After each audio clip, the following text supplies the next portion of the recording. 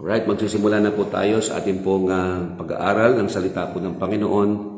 And I just pray that this will be a blessing to all of us.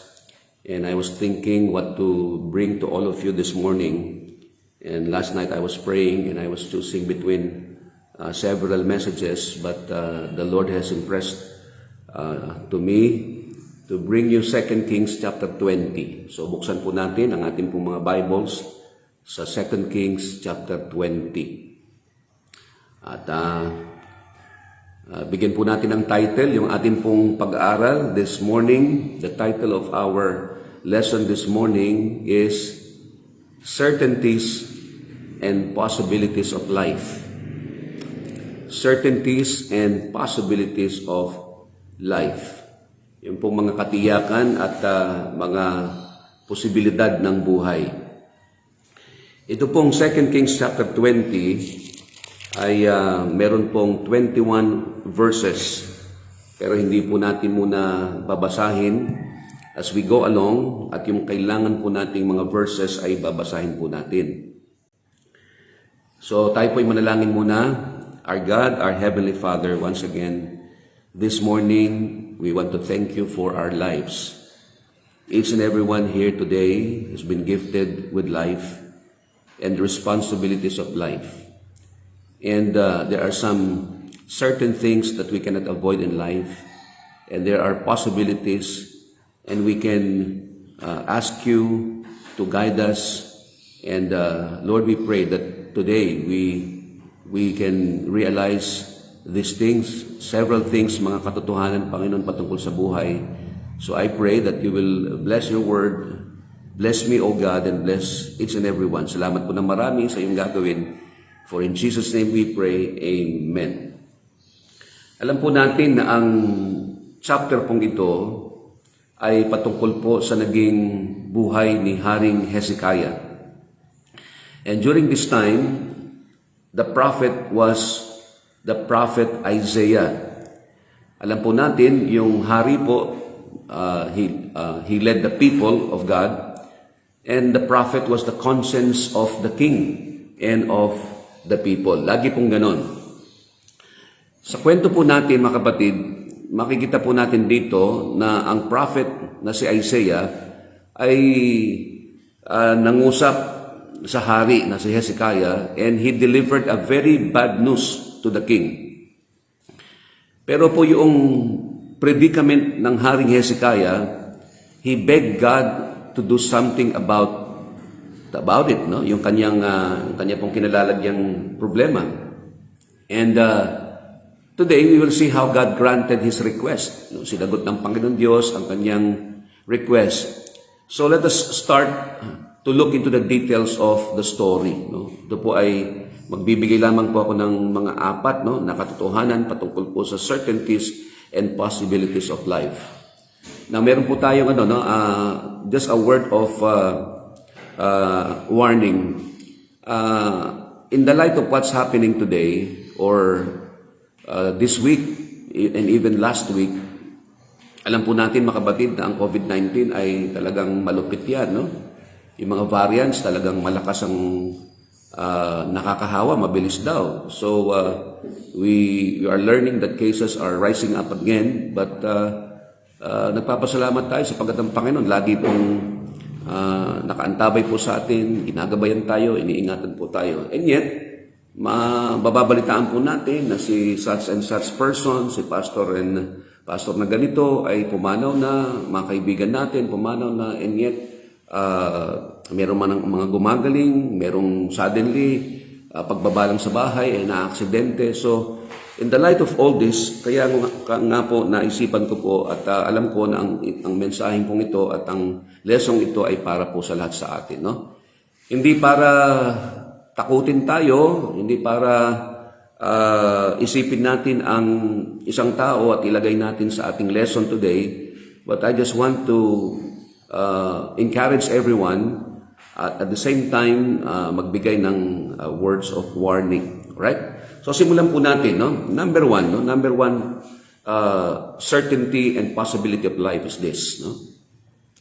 Life will be taken in its appointed time almost always. Ulitin ko po, life will be taken in its appointed time, almost always. Tignan niyo po yung verse 1. Ang sabi po riyan, in those days was Hezekiah sick unto death. Ang sabi po riyan ay nagkasakit po siya at ang kanyang karamdaman ay nakakamatay. No? It was a deadly illness or disease. So no matter who you are, when it's time to go, you go, ika nga, no? Alam natin si Hezekiah, he started young as a king. He succeeded his father at ang kanyang ama ay masamang hari at ang kanyang tatay ay naging dahilan para ang bayan ng Diyos ay tumalikod sa kanya. Subalit si Hezekiah ay naging mabuting hari. He repaired the temple and he restored worship sa kanyang bayan.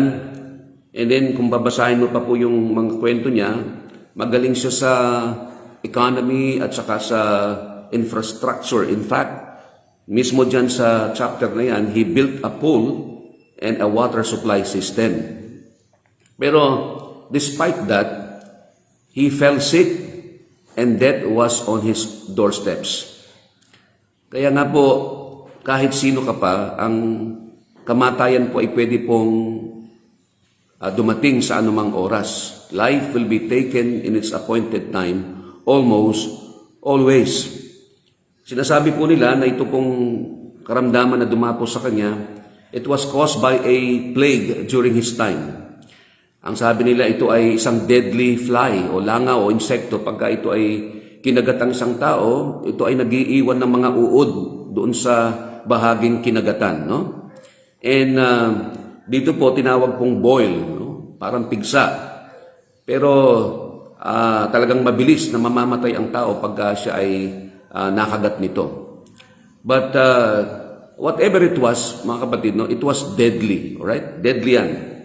And makikita po natin dito na ang isang karamdaman ay pwedeng mangyari kahit kanino. No? Both to good and bad people.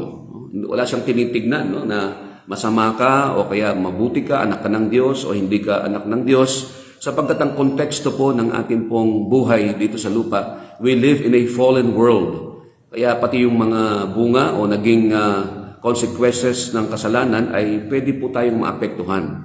So hindi ibig sabihin po ay masama ka na pagka nagkasakit ka. Hindi ibig sabihin po ay pinarurusahan ka ng Diyos pagka nagkasakit ka. Alisin po natin yun sa ating isip sapagkat it can happen to anyone. At lalong-lalo na, lahat po tayo ay mamamatay, no? Because death is no respecter of persons. Ang sabi nga sa Hebrews chapter 9 verse 27, it is appointed unto man once to die, and after this the judgment. So pagka katulad po ni Hezekiah, no? Pagka alam mong mamamatay ka na in a few days, what is the last thing you will ask? O kaya ano ang huling importanteng bagay na gagawin mo? Siyempre, what you do is related to the most important thing in your life. Kaya nga, ang Diyos, sinabi rito that the family is most important. Kaya sinabi niya, ayusin mo, ilagay mo sa ayos ang iyong family because ikaw ay kukunin ko na. No? So, katulad ni Hezekiah, make sure your family is in order. Better yet, do not wait for death. Habang malakas ka pa, habang ikaw ay buhay, ay dapat inaayos na po natin yung ating pong mga family. Lalong-lalo na po yung relasyon po natin at relasyon nila sa Panginoon. No? Kaya, do it while you have all the means and strength. Iayos mo na because it may be too late someday. No? Kasi yung mga Filipino mahilig mag-procrastinate. Tama ho ba? Tsaka na yan. Pero hindi mo alam. Bukas pala ay magkakasakit ka at bukas pala ay yun na yung panahon na kukunin ka ng Panginoon. So katulad ni Hezekiah, sinabi ng Panginoon sa kanya ay iayos mo ang iyong family. Ibig sabihin, kung ano po yung importante sa atin, yun ang aayusin natin. Tama ho ba? But here, sinasabi po sa atin na ang family is most important, kaya dapat pong ayusin po natin. Alright? So yan po ang unang possibility and certainty of life. Pangalawa po, maikli lamang po ito at mabilis po tayo. Pangalawa, life can be extended by God sometimes. Life can be extended by God sometimes. Dito po sa kwento po natin, after hearing Isaiah's pronouncement of his death, si Hezekiah talagang umiyak sa Panginoon. He presented his life. Sinabi niya sa Panginoon yung kanyang naging buhay and how he behaved himself. Tignan po yung verses 2 and 3. Then he turned his face to the wall. Hezekiah turned his face to the wall and prayed unto the Lord, saying, I beseech thee, O Lord, remember now how I have walked before thee in truth and with a perfect heart, and have done which is good in thy sight. And Hezekiah wept sore. Talagang grabe ang iyak ni Hezekiah, learning that he's going to die. So, kanyang hiningi sa Panginoon, no, to be spared. And who would not, di ba? Sino ba yung hindi hihingi ng ganito na alam niya na he was still young at only 25 by this time. Napakabata at marami pa siyang pwedeng gawin. No? Marami siyang mga pangarap marahil sa kanyang kingdom, and he would like to accomplish more things for his kingdom and his life. Very young, very strong, very vibrant. And siyempre alam natin, ang lahat ng ito ay ultimately to serve the Lord. Gusto pa niyang maglingkod sa Panginoon. Gusto pa niyang gamitin siya ng Panginoon as a good king. Alright? And I remember, no, at alam niyo pong lahat ang naging battle ko with COVID-19. April 10 ay pinasok po ako sa hospital at nakalabas po ako ng April 19th.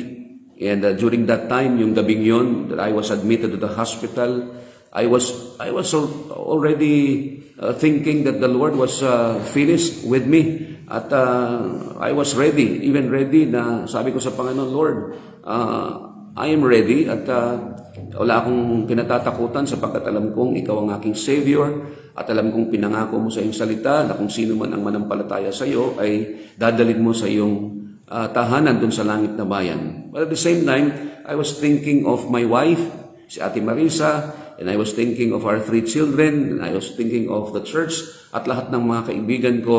Ang sabi ko, Lord, I'm willing, I'm ready to go, pero sabi ko ay kahabagan mo sana itong mga iiwanan ko. Of course, no one is indispensable in the work of God. Kung tayo man ay mawala, ang Panginoon Diyos ay meron siyang ibang mga lingkod na magpapatuloy ng kanyang gawain. But just to think of the grief, no, yung burden na iiwanan natin sa ating family.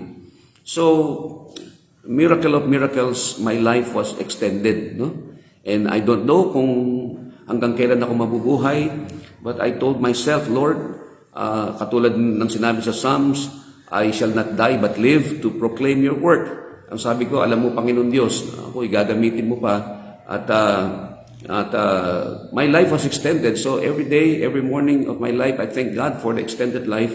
And I said, and I always pray to the Lord, Lord, thank you for my life, thank you for my salvation, thank you for the ministry, thank you for my family. Not necessarily in that order, pero ang sabi ko sa Panginoon, Lord, you have extended my life. So dito, mga kapatid, the Lord gave Hezekiah's request. Okay? At napakabilis ng answer ng Panginoon. Look at verse 4 and 5. Ang sabi po roon, and it came to pass, afore Isaiah was gone out into the middle court, that the word of the Lord came to him, saying, Turn again, and tell Hezekiah, the captain of my people, thus said the Lord, the God of David thy father, I have heard thy prayer, I have seen thy tears, behold, I will heal thee. On the 3rd day, thou shalt go up into the house of the Lord. Alright? So, binigay kaagad ng Panginoon yung hinihingi ni Hezekiah, no? At this is the only request of its kind in the Bible. Ito lamang po yung ganitong panalangin sa Bible, no? Matatagpuan po natin sa Bible, yung mga Bible characters, ang kanilang mga kahilingan to be delivered from troubles. And I'm thinking of David. Many times he asked God to be delivered from troubles, from King Saul, from his persecutors, from his enemies, no? At yung mga iba namang Bible characters, they asked to be blessed. Naalala po ninyo si Jacob, nakipag-wrestle siya sa Panginoon, and he was asking that the Lord will bless him. Sabi niya, hindi kita pakakawalan hanggat hindi mo ako pinagpapala, no? Hindi kita pakakawalan hanggat hindi ko nalalaman ang blessing mo ay nasa akin. And then to remember Jabez, di ba? Yung Jabez prayer, no? He asked God to bless him, and amazingly the Lord answered his prayer. Ito po yung mga hinihingi ng mga ibang Bible characters. But yung request po ni Hezekiah was talagang one of its kind, to get life again when it's already game over, no? And that's amazing, no? Pinahaba ng Panginoon Diyos yung kanyang buhay for 15 years. Idinagdag po sa kanya ang 15 years, no? This is better than nothing at all. Tama ba? Ako ay dinagdagan din ng Panginoon Diyos ang aking buhay, at ang lahat ng mga alam natin na COVID-19, at sila po ay na-hospital at gumaling at nakalabas ng hospital. Now, this is not to say na mas kagamit-gamit kami sa Panginoon. I'm not claiming that, no? Ang aking iniisip, kaya nga in-extend ng Panginoon Diyos ang aking buhay, sapagkat hindi pa ako kailangan sa langit, sapagkat marami pa akong hindi nagawa dito na pinagagawa ng Diyos. Ang iniisip ko, yung mga namaalam na sa kalagitnaan natin, naging tapat sila, at pagod na sila, at pinagpahinga na sila ng Panginoon. At siguro, sabi ng Panginoon ay umuwi ka na anak, ang dami mo nang ginawa. Kaya ganun po yung paningin ko, no? I'm not saying pagka ikaw ay namatay ay talagang o kaya ay na-extend ang buhay mo ay mas may pinapabura ng Panginoong Diyos. I'm not saying that. Ang sinasabi ko po ay ang kamay ng Diyos nasa ating lahat, at nalalaman ng Panginoon hanggat kailan tayo mabubuhay, no? Kaya God is the giver of life. He can surely take it from anyone, but sometimes it can be extended, no? Tignan niyo po yung verse 6. Sabi niya, "And I will add unto thy days 15 years, and I will deliver thee and this city out of the hand of the king of Assyria, and I will defend this city for mine own sake and for my servant David's sake." So yan po yung pangalawang possibility. At pangatlo po, ito po yung pangatlong point po natin, life is given with a clear mission or purpose always. Ang buhay po ay ibinibigay sa atin o kaya ini-extend mula sa kamay ng Panginoon na meron pong maliwanag na misyon. Merong maliwanag na layunin ang Diyos kung bakit tayo ay binibigyan ng buhay. Because God can be summoned and can grant our prayers according to His will. And when He does, the purpose is always clear. Ano po yung purpose? Binasa po natin sa verse 6, ano? Na ang sabi niya ay, "I will deliver thee and this city out of the hand of the king of Assyria, and I will defend this city for mine own sake and for my servant David's sake." And then in verse 7, makikita po natin dyan ang sabi, "And Isaiah said, Take a lump of figs, and they took and laid it on the boil, and he recovered." Yung lump of figs, alright?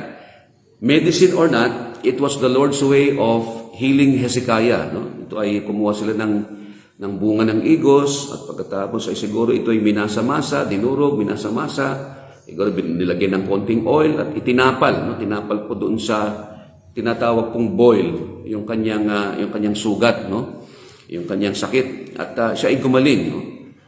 Katulad ng naalala ko yung ginawa ng Panginoon sa bulag, di ba?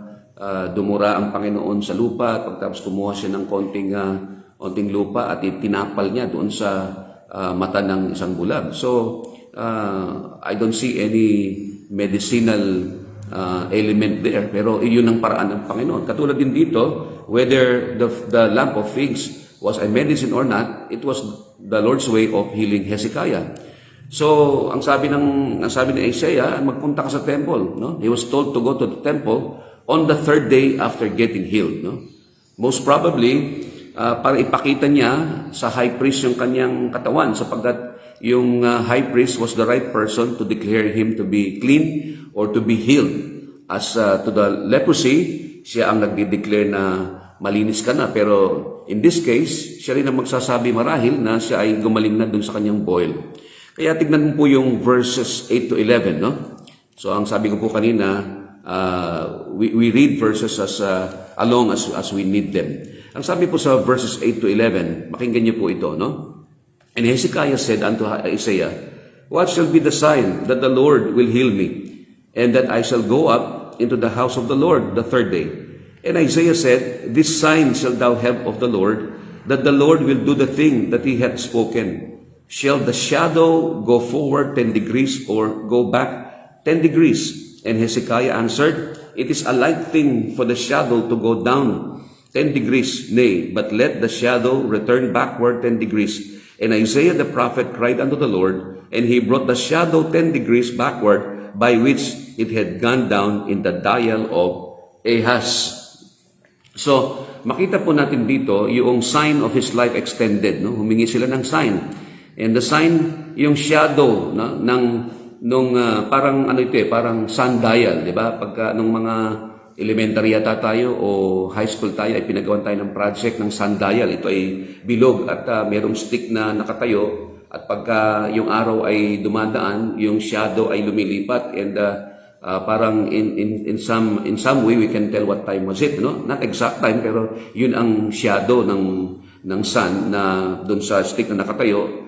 That's how we were able to tell yung approximates ng oras. Pero ito hindi naman pabilog kundi ito ay parang stairs na pagka tinamaan yung mga hakbang, ito ay nagfo-forward yung shadow, mahaba yung shadow o kaya ito ay sa case na ito ay umatras sapagkat pinaatras ng Panginoon Diyos yung araw, yung oras. That was a sign that Hezekiah's life was to be extended. Okay? So ito ay katulad ng sundial, pero in this case, a stair where shadows determine the time of the day. So ito ay katulad po ng panahon ni Joshua, no? Joshua chapter 10, when the sun stood still for a day to complete Israel's victory against their enemies. Tandaan po natin ang Panginoon, siya po yung Panginoon ng langit at lupa at kaya niyang kontrolin ang lahat ng bagay. Pati oras, pati araw ay kaya niya pong kontrolin. So pinaatras ng Panginoon ng yung shadow and I believe yung oras ay umatras sapagkat ito po ang sign na ibinibigay ng Panginoon kay Hezekiah at kay Isaiah para siya ay mabuhay ng 15 years more. So Hezekiah, para kay Hezekiah, the shadow turned back and added more 15 years to his life. Para saan? To complete his purpose in life. Although he has accomplished so much in his younger years, he had some more to complete. Kaya nga ang Panginoon Diyos, binibigyan po tayo ng mga pagkakataon at mga chances to start all over. Kaya nga nung gumaling po ako sa COVID and naisip kong lahat ng ginawa ko at saka itong dumarating na buhay sa akin, when the sun comes up, doon po sa silangan, I always thank the Lord, Lord, this is another day at alam ko ang buhay na ito ay gagamitin mo. So, it was parang, sabi ko nga, parang ipinanganak akong muli, no? Parang I was born again. Hindi naman dun sa spiritual, pero dun sa physical side na ako ay bigyan pa ng buhay to make up for the wrong moves I may have taken in the past. Alam natin mga kapatid na kahit hindi na natin mababago po yung mga bagay ng lumipas, no? We can still amend them. We can still make up for them para bang pwede pa tayong makabawi sa mga pagkakamali natin, no? And in the final analysis, we can have the victory, and when we face the Lord, when life is over, alam natin na ginawa po natin yung alam nating pinakamabuti and we have done our best. Of course, wala namang makakagawa talaga ng pinaka-best, no? Pero ibig sabihin, we are striving, at least meron tayong goal na ginagawa natin yung alam nating pinakamainam sa harapan ng Panginoon. So, pagka po kayo ay gumaling, no? Aksidente kayo, hindi kayo namatay, nagkasakit kayo, hindi kayo namatay, tatandaan nyo, yung buhay na yon hindi para sayangin. Ang buhay na yan, hindi para sayangin na lang po natin at pagkatapos bumalik tayo dun sa dating buhay natin. Just like COVID-19, no? Almost 2 years na tayo. Lagi kong sinasabi sa mga members ng Graceway, ang sabi ko sa kanila, sana ay nagbago tayo. Sana ay merong naidagdag na mabuti sa atin at nabawasan yung masasamang bagay na pinipilit nating gawin at ipa-approve sa Panginoon na alam natin na hindi naman tama. So sabi ko, masasayang lang itong coronavirus, whether it was artificial or man-made or that the Lord allowed it. I don't care kung saan ang galing yan. Pero one thing for sure, kaya meron tayong COVID-19 ay upang i-amend natin ang ating pong mga buhay. Na alam natin, merong mga umuwi na sa Panginoon, no? Bata at matanda.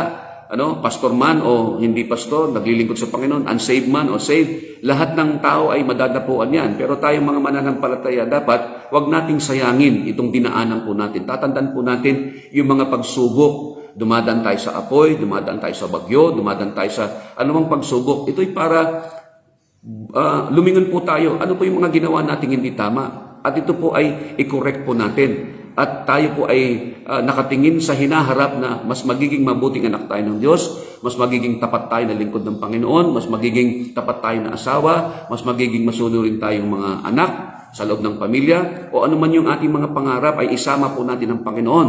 Dapat po ganun ang ating pong pananaw sa COVID-19 na ito. So tatandaan po natin mga kapatid, no? We cannot change some things in the past already, but we can make up for them. Yung ating pong naging buhay ay pwede po nating ilaan muli sa Panginoon and have victory in the final analysis. Pang-apat po, no? Pang-apat. And after this, magbibigay po ako ng closing words. Life is better finishing well regardless how you start always. Ulitin ko po. Life is better finishing well regardless how you start always. Si Hezekiah po, he started well, but he did not finish well in his remaining life. Yun po yung nakakalungkot puro, no? In-extend ng kanyang buhay, pero hindi tama yung kanyang dulo ng kanyang buhay, no? Sapagkat mababasa po dun sa 12, sa verse 12 and 13, mababasa po natin dyan na yung kanyang pride ay lumaki, ano po? At his pride grew. Tignan po ninyo yung verse 12 and 13. Ang sabi po yan, at that time, Berodak Baladan, the son of Baladan, king of Babylon, sent letters and a present unto Hezekiah, for he had heard that Hezekiah had been sick. O, meron siyang parang bisita rito from another kingdom. And 13 ang sabi, and Hezekiah hearkened unto them, and showed them all the house of his precious things, the silver and the gold, and the spices, and the precious ointment, and all the house of his armor, and all that was found in his treasures. There was nothing in his house, nor in all his dominion, that Hezekiah showed them not. No? Nagkaroon siya ng bisita, at ipinakita niya yung kanyang kingdom, at wala siyang itinago doon sa mga bisita niya from Babylon. No? Pinagmayabang niya yung kanyang kayamanan, no? At he unveiled the house of the Lord, at lahat ng kayamanan doon, lahat ng vessels doon, lahat ng ginto roon, and ipinakita niya nga yung kanyang armory o yung kanyang military strength, at saka yung sekreto ng kanyang kaharian, no? Kaya nagmayabang siya rito, no? Kaya nga he was at the end of his life, yung kanyang dulong ng taon ng kanyang buhay, and yet imbis na maging humble itong taong ito, naging proud siya. And hindi lamang yun, kundi kung unknowingly creating lust in the heart of a heathen nation. Kaya nga, ang sabi sa kanya ni Isaiah, hindi tama yung ginawa mo, no? Sapagkat nag-prophesy si Isaiah, sabi niya, yung mga taong yan, nabisita mo, kung kanino mo pinakita ang kayamanan ng yung kaharian, someday, they will march towards this kingdom, towards Judah, and take away your wealth, and he will take away your sons to captivity in Babylon. Kaya yung mga salita po ni Isaiah, they were prophetic because this came to pass sometime in the future. Tignan niyo po yung verse 17 and 18, excuse me. Ang sabi po yan, behold, the days come that all is in the house, and that which thy fathers have laid up in store unto this day shall be carried into Babylon. Nothing shall be left, said the Lord. And of thy sons that shall issue from thee, which thou shalt beget, shall they take away. And they shall be eunuchs in the palace of the king of Babylon. Alam natin to, nangyari ito, di ba? They were led to captivity to Babylon. And then, hindi lamang yan mga kapatid, he lost his judgment between good and evil. Sa verse 19, nirebuke siya ni Isaiah, pero ang sabi niya po sa verse 19, Hezekiah said unto Isaiah, good, sabi niya, is the word of the Lord, which thou hast spoken. And he said, it is not good if peace and truth be in my days. So, yung masamang darating, he pronounced it as to be good. Siguro, ang sinasabi niya rito, okay yan sapagkat magkakaroon ng kapayapaan. Pero yung plano ng Panginoon para sa kanyang bayan ay masisira lamang dahil sa kanyang pride, dahil sa kanyang pagmamayabang sa kanyang kaharian. So yung ending po ni Hezekiah, no po, ito po ay naging malungkot. Kaya nga, ito po sinasabi sa ating ngayong umaga, make sure that you are on your road to finish well.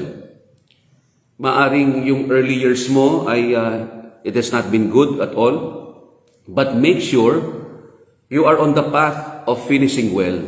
Kasi merong turning point tayo when you realize that your life is not according to God's will, tapos tatalikuran mong buhay na yon at eto ka nakaharap ka sa Panginoon. Napakaganda na yung huling mga sandali ng buhay natin, pagka tumatanda tayo, ay yung tinitignan natin na ang buhay natin ay magiging kalugod-lugod sa Panginoon. Diba? Kasi tayo nagkakamali tayo As a child of God, maaring you started on the wrong foot, but you have a chance to change and change to finish well. Sana po pagkatapos ng COVID-19 na ito, when this thing is somehow over, sapagkat sinasabi nila COVID-19 will be here to stay, at hindi naaalis yan, Yung cases ay siguro bababayan, pero nandiyan na yan, katulad ng dengue at mga ibang sakit, nandiyan na yan. Maya-maya may outbreak, pero marahil hindi naaalis ang COVID-19, pero ganun pa man mga kapatid, kung tayo bubuhay ng Panginoon at hindi tayo mahahawa at mamamatay, sana po yung pinakadulo ng buhay natin, make sure na we are going to finish well, sapagkat meron kang chance to change and change to finish well. Maaring as a business person, you probably are failing. Bago COVID-19 ay siguro bumabagsak ang negosyo mo at ito ngayon bumabawi ka. Sapagkat siguro you have started the wrong intentions at saka wrong connections and the Lord was not in your business equation. Baka hindi mo partner ang Panginoon. And now, you realize that and you go back to your business at maaaring makabawi ka at gawin mo ngayon partner ang Panginoon Diyos sa iyong business. Maaaring you have a new start to correct your practice and begin to see the Lord in all this.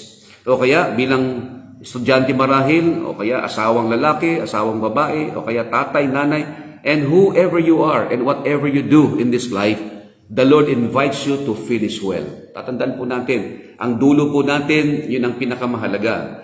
Kahit nagsimula kang mabagal, nagsimula kang parang yung pabor ng Panginoon Diyos ay wala doon sapagkat mali ang lahat ng ginagawa mo, hindi mo kapartner ang Panginoon sa buhay mo, well, pagkatapos nitong mensaheng ito, kaya pagkatapos ng COVID-19 na ito, ay makabawi ka at gawin mo ang Panginoon na kasama mo sa lahat ng ginagawa mo.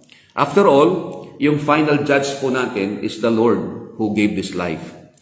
It is now up to us how we finish and how we finish well. Alright? In closing, let me give you these reminders po, at encouragement. Number 1, kaya nga po, do not brood on your past. Huwag kang mabuhay dun sa nakaraan mo. Maaring sinayang mo ang buhay mo doon, pero wala ka na magagawa ron, di ba? So huwag mong sayangin yung pag-iisip mo, trying to deconstruct of what happened and i-reconstruct mo of what might have been. Yung bang sinasabi mong sayang kung ganito ang ginawa ko. Sayang kung eto. Ba? Sayang kung ganito yung naging buhay ko. Because the fact of the matter is, you can cry over the past, but you cannot do anything about it anymore. Nandun na yun. Ika nga hindi ka na makakabalik doon. No? Hindi ka naman time traveler. Kung pwede lang, di ba? Time traveler ka, babalik ka sa kahapon at itutuwid mo ang mga bagay na nangyari. Pero you do not have the past anymore. And the future does not belong to you either. Kaya, mga kapatid, all you have is now. All I have is now. And I cannot change anything in my past. Kaya nga mga kapatid, do not brood on your past.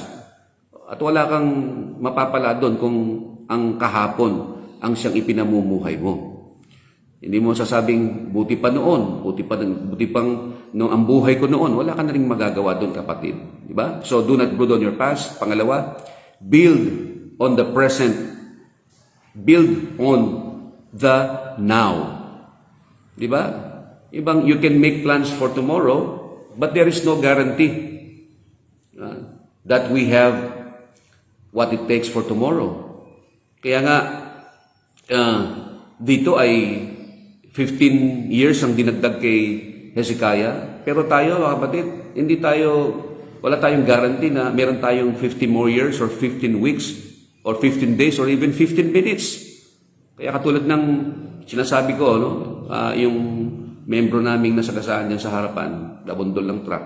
Kumakain lang kami rito, sarap ng fellowship namin, lunchtime.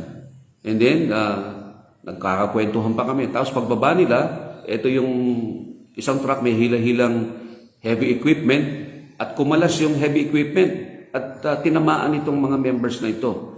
Yung dalawang mag-ina, buti walang nangyaring malubha sa kanila, pero itong aming kapatid na ito, di ba? Kaya nasa hospital siya ngayon, inoperahan siya kahapon, tapos ay parang nakakalungkot, kalunos-lunos ang kanyang kalagayan. Kaya nga sinasabi natin mga kapatid, walang guarantee sa atin, ang buhay po natin ay 15 years, 15 weeks, 15 days, or even 15 minutes. From this table where I am speaking right now, this is the table where we ate our lunch. And then yung few steps downward, and then yung gate po ng church, at pagkatapos lumakad lang siya, walang 15 minutes, may nangyari. Kaya nga, walang garantiya po mga kapatid na tayo po ay mabubuhay pa o tayo ay mangyayari. Si Ate Sheila ay nandun doon sa hospital, but I'm not saying na kukunin niya sa Panginoon. Good news ay wala namang internal na organs na talagang nasira sa kanya. Kaya lang kailangan lang may ayusin po sa kanya pong binti, at konting sugat. Pero sinasabi ko ganito, pwedeng yung direction niya ay iba kahapon. Pwedeng pinag-uusapan na lang natin siya ngayon sapagkat nasa Panginoon siya. Pero in-spare siya ng Panginoon despite that accident. Pero ang sinasabi ko ganito, hindi po natin pang-aari yung mga buhay po natin. Kahit pa ikaw ng pinakamalakas na tao, kahit pa ikaw ang pinakamayamang tao, ang buhay po natin ay hindi po natin hawa. Kaya ang mahalaga po ay build on the present now. Kung saan ka naroroon, pagbutihin mo. Huwag mo nang sayangin yung mga oras pa, sasabihin mong bukas ganito, mamaya na lang yan o next year yan. Sapagkat pakinggan niyo po ito. Ang sinasabi po rito sa James chapter 4 verse 13 to 15. Ang sinasabi rito, magsiparito kayo ngayon, kayong nagsisisabi, ngayon o bukas ay magsisiparoon kami sa gayong bayan at titira kami doong 1 taon at mangangalakal at magtutubo. Kayo ngang hindi nakakaalam ng mangyayari bukas. Ano ang inyong buhay? Kayo nga isang singaw na sa sandaling panahon ay lumilitaw at pagkadakay napapawi. Sapagkat ang dapat ninyong sabihin ay ganito, kung loloobin ng Panginoon ay mga bubuhay kami at gagawin namin ito o yaon. So tatandaan po natin mga kapatid, yung magagawa po natin ngayon ay gawin na po natin. Because all we have is now. Kaya make it work. Live for God, live for His kingdom, and live for His glory. Because this will take you to the road of finishing well. Di ba? Naalala ko tuloy yung mga, alam niyo pagka na-reconnect ako sa mga naging kaklase ko, yung mga mukhang magtatagumpay, sila ngayon ay nabaligtad po, yung mundo. Yung bang parang hindi makasagot ng answer sa exam, at saka laging pinapagalitan ng teacher, sila po yung naging matagumpay. Kaya nga, mas mabuti na yung kahit hindi tama yung pagsisimula mo, yung early years mo, ang mahalaga yung now. Ano ang ginagawa mo ngayon? Anong patutunguhan mo ngayon? Kaya wag mo nang isipin yung nakaraan, na-stress ka pa nga, hindi ba? Pagka iniisip mo yung nakaraan, dinideconstruct mo at nag-reconstruct sa isip mo of what might have been. Kaya wala ka na magagawa ron. Ang importante po ay believe. Okay? Build on yourself. Build on what is now. And then finally, always believe in the power of prayer. Yan po yung mahalaga. Ang prayer po, it can move the hands of God. Ako po, I'm a product of many people, many friends, loved ones that prayed for me while I was in the hospital.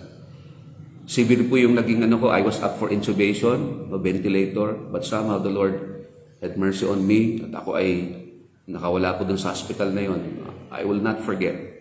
Yung ambulance nung ako dinala sa hospital from here to Tarlac, that was the longest ride of my life. And every night were the darkest nights of my life. And I will not forget that. Kaya sabi ko sa Panginoon, Lord, every bit of my life, hindi man ako ang pinaka-tapat mong lingkod. Pero sabi ko sa Panginoon, with this extended life, I owe it to you. At anumang gagawin ko sa buhay nito, ay pananagutan ko sa iyo. Kaya, always pray. Meron tayong mga mahal sa buhay na nasa ospital, may sakit, pray to the Lord. Meron tayong mga dinadaanang pagsubok sa buhay, pray to the Lord. Because prayer can move the hands of time. In the days of Hezekiah, kaya nga all things are possible according to the will of God. Hindi man natin gusto yung outcome ng buhay po natin, but the Lord always answers when we pray to God. Kaya po kung meron tayong mga kasama dito that you are not sure after this life, kung saan pupuntang kaluluwa mo, let me tell you this, life is short. It is not up to you how many years you will live. Nasa kamay ng Panginoon. Kaya napaka-ikli po ng buhay. I'm 60 years old already. I cannot imagine how fast it went. No? Kaya nga, bukas makalawa, 70 na ako kung duluubin pa ng Panginoon. Kaya napaka-ikli, napakabilis po ng buhay. Pero isang katotohanan po, mga bisita po namin kaibigan, death is sure. Sigurado pong mamamatay tayong lahat. But Christ died for you, my friend, and Christ can save you. Kaya nga, ang sabi ng banal na kasulatan, manampalataya ka sa Kanya kung anong ginawa Niya para sa iyo. He died and came back to life. Kaya ang magagawa mo, ask Him to forgive your sins. Ask Him to be your Lord and Savior. Start a new life and finish well. So, tatandaan po natin, mga kapatid, mga kaibigan, ito pong mga certainties and possibilities of life. Una sa lahat, life will be taken in its appointed time, almost always. Pangalawa po, life can be extended by God sometimes. Pangatlo, life is given with a clear mission or purpose always. Alamin mo kung anong purpose mo sa buhay. And then, pang-apat and last, life is better finishing well regardless how you start always. Kaya yan po yung ating pong salita ng Panginoon for this morning. May God bless you today. At ibigay natin ang buhay natin sa Panginoon. Let us pray. Nalangin po tayo. Standing on the promises of God.